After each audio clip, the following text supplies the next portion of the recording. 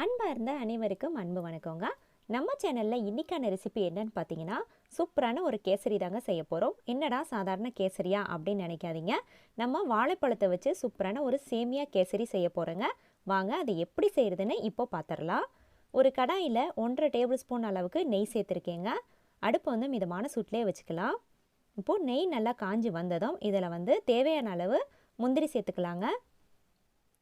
முந்திரி சேர்த்துட்டு இது வந்து கொஞ்சம் அந்த ஒரு பொன்னிறமாக கலர் சேஞ்ச் ஆகி வரும் இல்லையா, அப்போ வந்து நம்ம கொஞ்சமாக அந்த கிஸ்மிஸ் பழம் சேர்த்துக்கலாம். திராட்சை பழம் சேர்த்து விட்டுட்டு இதை வந்து மறுபடியும் நல்லா வறுத்து விட்டுருங்க. இது வந்து அந்த திராட்சை பழம் வந்து நல்லா உப்பி வருங்க.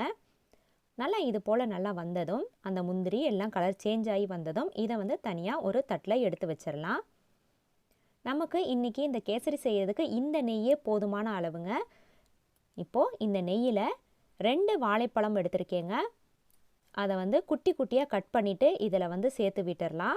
இது போல் ஒன்று ஒன்றா ஒத்தையாக தனித்தனியாக விழுகிற மாதிரி இதில் வந்து சேர்த்து விட்டுருங்க. சேர்த்து விட்ட உடனே கிளற வேணாம். ஒரு நிமிஷம் அந்த மிதமான சூட்லேயே அது வந்து வெந்திட்டு இருக்கும் போது அந்த 1 நிமிஷம் கழித்து இதை வந்து மெதுவாக வந்து கலந்து விடணுங்க. நம்ம ரொம்ப ஹார்டாக கலந்து விட்டோன்னா அது ரொம்ப சீக்கிரமாக வந்து நமக்கு அது குழைய ஆரம்பிச்சிடும். இப்போது ஓரளவுக்கு நமக்கு வந்து எல்லாமே ரெடி ஆகிட்டே இருக்குது பாருங்கள். இப்போ இந்த வாழைப்பழம் வந்து ஒரு மாதிரி அந்த குழையிற ஸ்டேஜ் வரும் இல்லையா, அந்த ஃபஸ்ட்டு அந்த குழையிற ஸ்டேஜ் வரும்போது இது வந்து நம்ம வந்து வெளியில் எடுத்துடணுங்க. அதுக்கும் மேலே நம்ம விட்டு நம்ம கலந்துகிட்டே இருந்தோன்னா அது வந்து ரொம்ப குழைய ஆரம்பிச்சிடும்.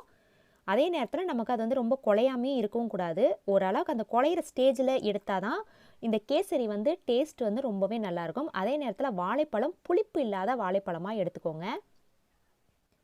அடுத்து நம்ம என்ன பண்ண போகிறோன்னா, அதே நெய்யில் இதே கப்பில் தாங்க நான் வந்து 1 கப் அளவுக்கு நான் வந்து சேமியா எடுத்திருந்தேன். அதனால் 1 கப் சேமியாவுக்கு அதே கப்பில் 2 கப் அளவுக்கு நான் வந்து தண்ணீர் சேர்த்துருக்கேங்க.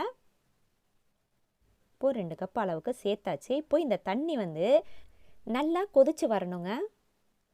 நல்லா இது போல் நல்லா கொதி வந்ததுக்கப்புறம் நம்ம எடுத்து வச்சுருக்கக்கூடிய அந்த 1 கப் சேமியாவை இதில் வந்து சேர்த்துடலாம். நான் இன்றைக்கி பாயாசம் செய்யக்கூடிய சேமியா தாங்க எடுத்திருக்கேன். நம்ம வீட்டில் செய்யக்கூடிய அந்த உப்மாக்கு செய்யக்கூடிய சேமியா எடுத்தோன்னா இந்த கேசரிக்கு டேஸ்ட் வந்து ரொம்ப கம்மியாக இருக்குங்க. அதனால் நான் பாயாசம் செய்யக்கூடிய சேமியா தான் எடுத்திருக்கேன். அதை 1 கப் சேர்த்து விட்டுட்டு இதை வந்து நல்லா கலந்து விட்டுருங்க. இது நமக்கு டக்குனு இது வந்து வெந்துடும். அதே நேரத்தில் குழஞ்சும் போகாது. ரெண்டாவது பார்க்குறதுக்கு அந்த ஸ்ட்ரக்சர் வந்து ரொம்பவே நல்லா இருக்குங்க. நம்ம வீட்டில் செய்யக்கூடிய அந்த உப்மாவுக்கு செய்யக்கூடிய அந்த சேமியா வந்து அந்த அளவுக்கு நமக்கு வந்து ஸ்ட்ரக்சர் கிடைக்காது. லைட்டாக குழஞ்சாப்பில் இருக்கும். அதனால் முடிஞ்ச வரைக்கும் பாயசத்துக்கு எடுக்கக்கூடிய சேமியா எடுத்துக்கோங்க. பாயசத்துக்கு எடுக்கக்கூடிய சேமியா எடுத்தோன்னா நம்ம தனியாக வறுக்கணும்னு அவசியம் இல்லைங்க. ஒருவேளை நீங்கள் உப்மாவுக்கு செய்யக்கூடிய சேமியாவில் செய்கிற மாதிரி இருந்தீங்கன்னா கொஞ்சமாக நெய்யில் வந்து ஒரு நிமிஷம் மட்டும் வறுத்து எடுத்துகிட்டு சேர்த்துக்கோங்க. இப்போ இதில் வந்து நான் வந்து ஃபுட் கலர் சேர்த்துருக்கேங்க. சேர்த்து விட்டு இதை வந்து நான் கலந்து விட்டுட்டே இருக்கேன். நமக்கு ஃபுட் கலர் தேவையில்லை அப்படின்னா கொஞ்சம் போல் நம்ம வந்து மஞ்சத்தூள் கூட வந்து நம்ம சேர்த்துக்கலாம். இப்போ இதை வந்து நல்லா கலந்து விட்டதுக்கப்புறம் அந்த தண்ணி எல்லாமே வந்து அந்த சேமியா வந்து அப்சர்வ் பண்ணிடுச்சு பாருங்கள். 1 கப் சேமியாவுக்கு 3/4 கப் அளவுக்கு சர்க்கரை சேர்த்தோன்னா சரியாக இருக்குங்க.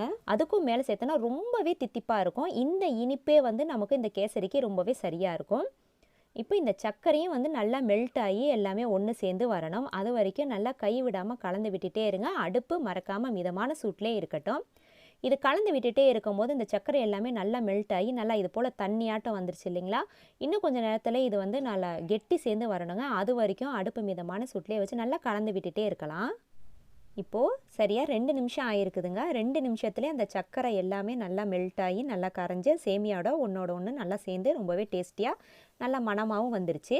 இந்த ஸ்டேஜில் 2 ஏலக்காய் தட்டிட்டு சேர்த்துருக்கேன். அப்புறம் நம்ம வறுத்து வச்சுருந்த அந்த முந்திரி திராட்சை அதையும் இதில் சேர்த்து விட்டுட்டு இதை வந்து நல்லா கலந்து விட்டுருங்க ஒரு தடவை.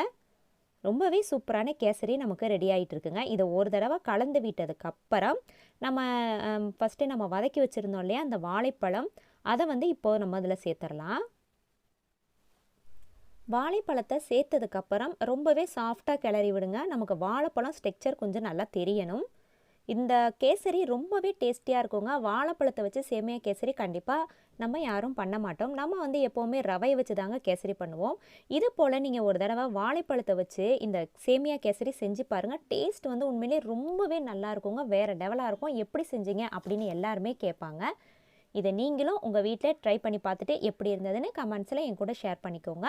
நம்ம அடுத்த வீடியோவில் சந்திக்கலாம். நன்றி.